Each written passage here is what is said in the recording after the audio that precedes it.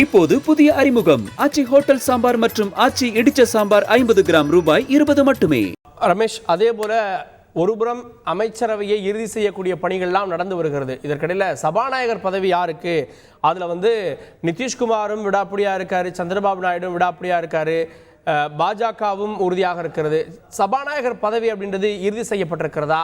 இப்போதைக்கு தற்காலிக சபாநாயகராக யார் வர்றதுக்கு வாய்ப்பு இருக்கு? முதல்ல சபாநாயகர் சந்திரபாபு நாயுடு கட்சியும் கேட்கின்றனர், நிதிஷ்குமாரும் கேட்கின்றனர் என்று தகவல் கிடைத்தது. ஆனால் பாஜக மக்களவை சபாநாயகர் பதவியை விட்டுக் கொடுக்க தயாராக இல்லை. எனவே அது கிட்டத்தட்ட ஒரு முடிந்து போன பேச்சாகவே பார்க்கப்படுகின்றது. சபாநாயகராக நிச்சயமாக பாஜகவை சேர்ந்த ஒருவர் தான் மக்களவை சபாநாயகராக பதவியேற்பார். ஒருவேளை சந்திரபாபு நாயுடுவோ அல்லது நிதிஷ்குமாரோ விடாப்பிடியாக இருந்தால் அவர்களுக்கு மக்களவை துணை சபாநாயகர் பதவியை வேண்டுமானால் வழங்குவதற்கு பாஜக தயாராக இருக்கின்றது. என்றால் 2019ஆம் ஆண்டு பாஜக வெற்றி பெற்ற பிறகு அதிகாரப்பூர்வமாக மக்களவை துணை சபாநாயகர் என்ற ஒருவரை அவர்கள் அங்கீகரிக்கவில்லை. 2014ஆம் ஆண்டு அதிமுகவை சேர்ந்த தம்பிதுரை அவர்கள் மக்களவை துணை சபாநாயகராக இருந்தார்.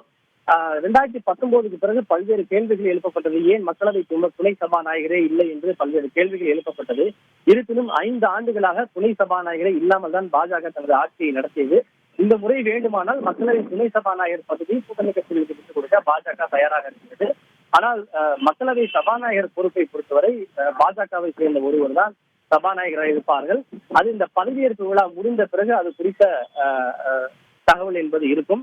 சபாநாயகரை எம்பிக்கள் தான் தேர்வு செய்யப்பட வேண்டும். முதலில் இடைக்கால சபாநாயகர் நியமிக்கப்பட்டு அவர்கள் எம்பிக்களுக்கு பதவி பிரமாணம் செய்து வைக்க வேண்டும். அதன் பிறகுதான் சபாநாயகராக ஒருவரை பாஜக முன்னிறுத்தும். அவர்களை எம்பிக்கள் யார் அதிகமான எம்பிக்கள் தேர்வு செய்கிறார்களோ அவர்கள் சபாநாயகராக தேர்வு செய்வார்கள். தற்போது வரை சபாநாயகர் பதவிக்கு யாருடைய பெயர் அடிபடுகிறது என்பது குறித்த தகவல் இல்லை. ஆனால் நிச்சயமாக சபாநாயகருடைய பதவி என்பது பாஜகவின் வசமாகவே இருக்கும் என்றுதான் நமக்கு நம்பத்தகுந்த வட்டாரத்திலும் தகவல் தெரிந்திருக்கின்றது. ஏனென்றால் சபாநாயகர் பதவி என்பது மிக மிக முக்கியத்துவம் வாய்ந்த ஒரு பதவி. ஒருவேளை நாளைக்கு நம்பிக்கை வாக்கெடுப்பு, ஆட்சிக்கு எதிரான நம்பிக்கையில்லா தீர்மானம், எம்பிக்கள் வாபஸ் பெறுவது போன்ற ஒரு சூழ்நிலை ஏற்பட்டால் ஆட்சியை காப்பாற்றுவதில் சபாநாயகர் மிக முக்கியமான ஒரு பொறுப்பை இருப்பார். அதே போல கட்சி மாறுகின்ற எம்பிக்களை தகுதி நீக்கம் செய்வது போன்ற விஷயங்கள் மக்களவை சபாநாயகருக்கு அதிக அதிகாரம் இருக்கிறது. எனவே அந்த சபாநாயகர் பதவியை தன்வசமே வைத்திருக்க பாஜக முடிவு செய்துள்ளது. இப்போது புதிய அறிமுகம் ஆச்சி ஹோட்டல் சாம்பார் மற்றும் ஆச்சி இடிச்ச சாம்பார் 50 கிராம் ரூபாய் 20 மட்டுமே.